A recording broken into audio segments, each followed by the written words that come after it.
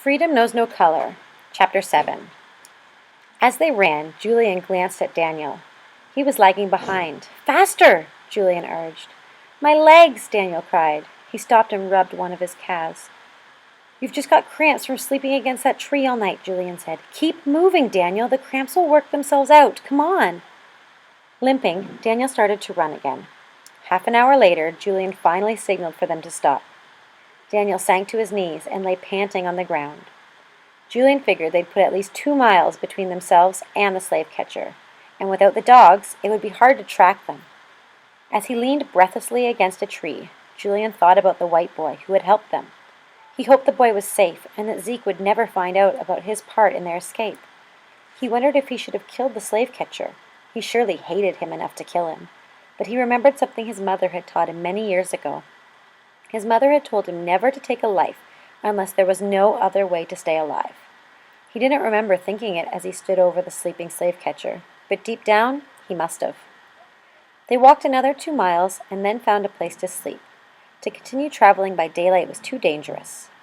That night, around midnight, they reached the next safe house. This time, it was a shack laying half buried in a willow-bordered stream. The silver foliage of the buffalo bush and gray-green sage covered the brown, sandy earth around the shack. A young white man with curly dark hair welcomed them in with mugs of cool apple cider. He introduced himself as Jim Potter. He asked Julian and Daniel about themselves, and they told him they had escaped from the Cannon plantation. "I know of that place," Potter said. "Cannon is an evil man." Then he started denouncing slavery with such fury it seemed that he himself had suffered it. "There must be a rebellion that destroys the institution of slavery," he stormed. "I would take up arms myself." Julian and Daniel looked at each other, not sure what to think of the young man. The curly-haired man continued. Nat Turner had the right idea. "Who is Nat Turner?" Daniel asked. "A slave who led a rebellion," Potter explained. "He killed every white person in the household, and many others besides. Can you blame him? There's no such thing as a good slave owner." "I knew a good one once," Julian said, remembering Ed Whitney. The young man took another swig of cider and looked hard at Julian. "How is it, then, that you were sold to one of the most brutal slave masters by this kind-hearted man?" he asked. "Mr. Whitney died, and his wife sold us," Julian said. "She hated us slaves."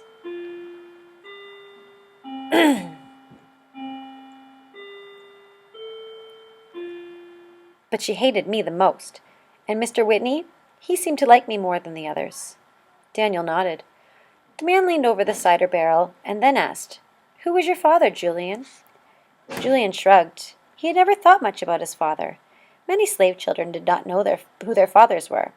Husbands and wives were often sold off in different directions. The fact that they were married to each other made little difference to the owner. When Julian was small, his mother had told him just that his father had been sold to another plantation shortly after he was born. "I don't know who my father was," he answered. "I'm known by the name of Holland, so maybe that was his name, but I never met him." "I'm called Jim Potter," the young man said, "but my father has a different name. My father is a prosperous banker in Boston, and my mother was a free black woman. Look at my hair, Julian. Look at my skin. My mother was black, and my father was white, just like you." The words rocked Julian back on his heels. "Like me? What are you saying? My father was a slave." Julian's voice trailed off. Potter jumped up and took a lone book off a shelf. "Look at this book," he told Julian. "I can't read," Julian said. "Just look at the picture on the front," Jim said.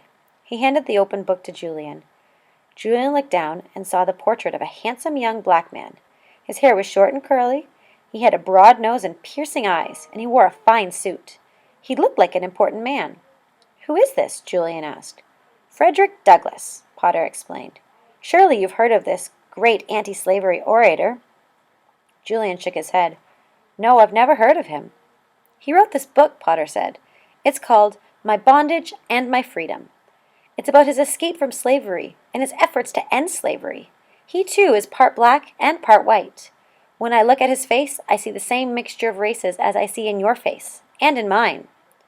Julian shook his head. "No, my father was—" But then he thought back to the Whitney farm.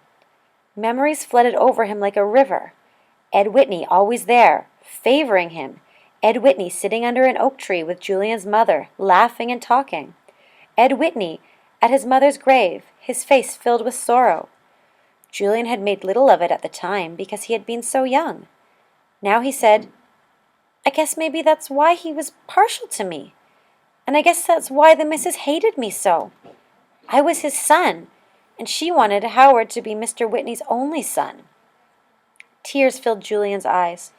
Before he had been saddened by the death of a man who was like a grandfather to him. Now he mourned the death of his father.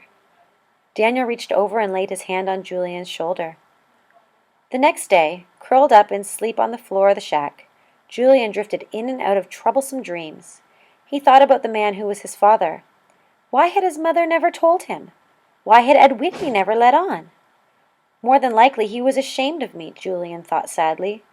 Or maybe it was out of deference for Mrs. Whitney. After all, she was his wife. A wagon with Julian and Daniel hiding in the back rolled towards the border of Illinois that dark, moonless night.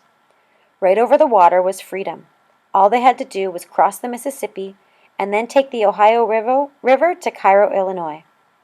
Julian and Daniel climbed from the wagon and boarded a small boat with 2 other fugitive slaves. They, too, had come north by way of the Underground Railroad. As the boat glided noiselessly through the water, they could see lights flickering in the windows on the other side. Julian knew those were candles burning in people's homes. He wondered if they knew how lucky they were to live in Illinois, a free state. Julian's heart drummed in his chest as they approached the Illinois shore. He could hear Daniel breathing heavily in the darkness beside him. He glanced at the other 2 fugitives. Their heads were bowed, and their hands were folded in prayer. The boatman skillfully guided the small craft into the area of tall weeds by the shore. He jumped from the boat and tied it to a slim trunk on the sandbar willow tree. Come on, folks, he said. This is it. For a moment no one moved. Julian felt as if he were in a dream. As long as he stayed still, the dream would continue. If he moved, it might end, and he might wake up back at the cannon plantation. Finally, Daniel nudged Julian in the side. Let's go, he said. Slowly, Julian stepped from the boat onto solid ground. He stared up at the sky. It looked the same, but it wasn't the same. It was the first time he had seen the sky as a free man. The earth beneath his feet was the same, but it too was different. He had never stood on it as a free man. Julian grabbed a hold of Daniel's arm. We're free, he said. Hallelujah, Daniel said. We can do what we want, Daniel, Julian said. We're the same as anybody else. The boatman laid a hand on Julian's arm. Take it easy, young man. You're free now. You're in Illinois, and there's no slavery here. But you're still black. It's not going to be as easy as you think it might. Julian took a deep breath. He was inhaling freedom. He savored the smell of it. He opened his mouth and let the dewy dawn drop on his tongue. He was tasting freedom, and it was sweet and delicious. Julian looked at the boatman. But I'm free, he said, and freedom knows no color.